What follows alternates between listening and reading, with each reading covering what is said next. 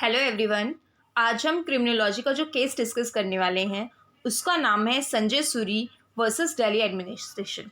इस केस में news reporter और trainee sub editor Tihar jail के अथॉरिटी और दिल्ली एडमिनिस्ट्रेशन के लिए कोर्ट में जाते हैं कि वो इन्हें कुछ अप्रोप्रिएट डायरेक्शंस दे, और साथ में वो ये भी पॉइंट आउट करते हैं कि ये जो जेल है इसमें अंडर ट्रायल जो प्रिजनर्स होते हैं, जुविनाइल अंडर ट्रायल जो प्रिजनर्स होते हैं, उनके साथ जो एडमिनिस्ट्रेशन है वो अच्छा नहीं है, मेल एडमिनिस्ट्रेशन है। तो मेल फाइट जो है उस तरह का एडमिनिस्ट्रेशन है। तो इस तरह यहाँ पे इस केस में बेसिकली कुछ डायरेक्शंस गिवन है जो जाननी इम्पॉर्टेंट है। और इसमें यहाँ पे इश्यूज यही है कि क्या जो यहाँ पे जुवेनाइल्स होते हैं उनको एडल्ट प्रिजनर के साथ यहाँ पे इंटरमिंगल करने की परमिशन देनी चाहिए या नहीं। और यहाँ पे इसी के बारे में है, तिहाड़ जेल के जो एडमिनिस्ट्रेशन है, ख़राब एडमिनिस्ट्रेशन है, उसी के रिगार्डिंग यहाँ पे डिसीजन दैट इज़ डायरेक्शन। उस पर जाने से पहले कुछ डिस्कशन है, उस डिस्कशन को समझ लेते हैं। तो यहाँ पे डिस्ट्रिक्ट जज जो है कुछ यहाँ पे जुवेनाइल प्रिजनर्स होते हैं, उनका इंटरव्यू लेने के लिए कहते हैं। तो ये वो होते हैं जुवेनाइल प्रिजनर्स जिनके साथ कोई इस तरह का व्यवहार हुआ होता है, या जो एडल्ट प्रिजनर के थ्रू सेक्सुअल असॉल्ट जिन पे हुआ होता है। तो उनके इंटरव्यू के दौरान क्या कुछ बातें सामने आती हैं वो ये है कि कुछ जुवेनाइल जो प्रिजनर्स होते हैं उन पे सेक्सुअल असॉल्ट हुआ होता है एडल्ट प्रिजनर के थ्रू। और यहाँ पे कुछ वो स्टेटमेंट देते हैं, और स्टेटमेंट देने के साथ जो विक्टिम्स होते हैं, यहाँ पे विक्टिम वो जुवेनाइल प्रिजनर्स हैं। तो उनको इस बात का डर होता है कि हमने जो इंटरव्यू में बातें कही हैं हमारे नेम को उन सबको डिस्क्लोज करके रखा जाए, क्योंकि इससे अगर ये बात सामने आती है तो हमारी प्रोटेक्शन जो है वो खतरे में आ जाएगी, या तो हमें प्रोटेक्शन प्रोवाइड की जाए।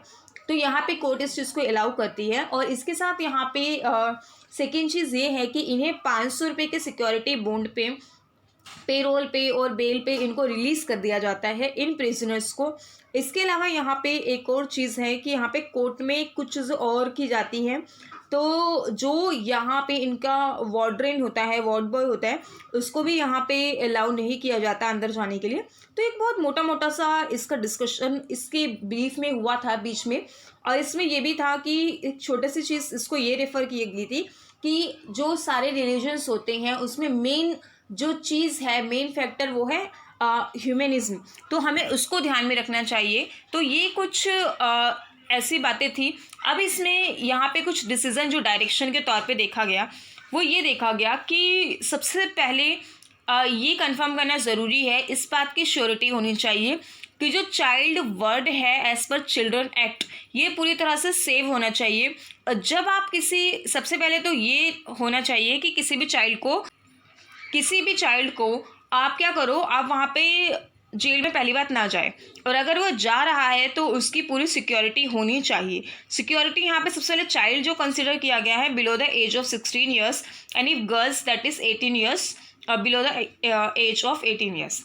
तो अगर आप इन्हें जेल में रख रहे हो तो इनका जो ये है कि इनका इंटरेक्शन एडल्ट प्रिजनर से ना हो, ऐसी इस चीज़ को बहुत ज़रूरी है, इस चीज़ को रखना। और ये पूरी तरह से इनके प्रॉपर रिहेबिलिटेशन के लिए ज़रूरी है। और इसके साथ ही यहाँ पे सेकेंड चीज़ ये कही गई कि जो लॉन्ग टर्म प्रिजनर्स होते हैं, जैसे कि कुछ प्रिजनर्स ऐसे होते हैं जो थोड़े से टाइम के लिए जाते हैं, बट अगर कोई प्रिजनर बहुत लंबे समय के लिए गया है तो उस प्रिजनर को एक ही जेल में ना रखें, उसकी जेल चेंज करते रहें टाइम टू टाइम, क्योंकि एक ही जगह रहने से हो सकता है उसका ढंग से डेवलपमेंट ना हो। डेवलपमेंट के साथ साथ उसके लिए वो बहुत ज़्यादा हानिकारक भी हो सकता है। तो ये पहले था, बट आज के टाइम पे अगर हम देखें तो ये सब चीज़ें रेफॉर्मेटरी सेंटर्स में बदलती जा रही हैं। जो जुवेनाइल्स होते हैं उनको ज़्यादा रिफॉर्म करने पे ध्यान दिया जाता है। तो प्रेजेंट सिचुएशन ये है। और इसके साथ ही यहाँ पे उनको बाद में रिफॉर्म करने के साथ साथ उनको रिहेबिलिट भी किया जाता है। तो कुछ केसेस में ऐसा भी होता है कि जो जुवेनाइल्स होते हैं उनको आज के टाइम पे क्या किया जाता है, उनको कुछ भी काम सिखाया जाता है, उनको उनकी आइडेंटिटी के थ्रू छुपा के कि उनकी आइडेंटिटी से उनको फ़र्क ना हो, उनको दूसरी जगह रिहेबिलिट किया जाता है।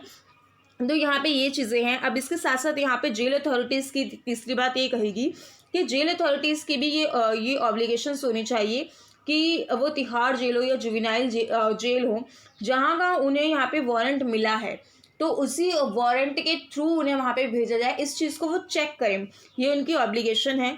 इसमें एक चीज़ और कही गई कि जो वार्ड बॉय होते हैं, जो वार्डन्स होते हैं, उनको हर तीसरे साल के एंड में या टाइम टू टाइम उनको चेंज करते रहना चाहिए। उनको एक ही जो वार्डन होते हैं उनको लंबे समय तक नहीं रखना चाहिए, और इस चीज़ को पंजाब जेल के मैनुअल में माना भी गया। इसके साथ ही यहाँ पे ये बोला गया कि जो सेशन जज हो उनकी टाइम टू टाइम विजिट होनी चाहिए, और वो जो टाइम टू टाइम विजिट हो वो एज अ रूटीन बेस्ड ना हो कि एक ही टाइम पे वो गए हैं, तो ऐसा नहीं होना चाहिए। और इसके बाद ये भी है कि ये सारी जो चीज़ें हैं, ऑर्डर हैं, ये क्या होना चाहिए, that would be no order for post. और इसके साथ ये पूरी जेल मैनुअल के बेटरमेंट के लिए बहुत अच्छा है। तो इस केस में ये डायरेक्शंस दी गई थी। Thank you.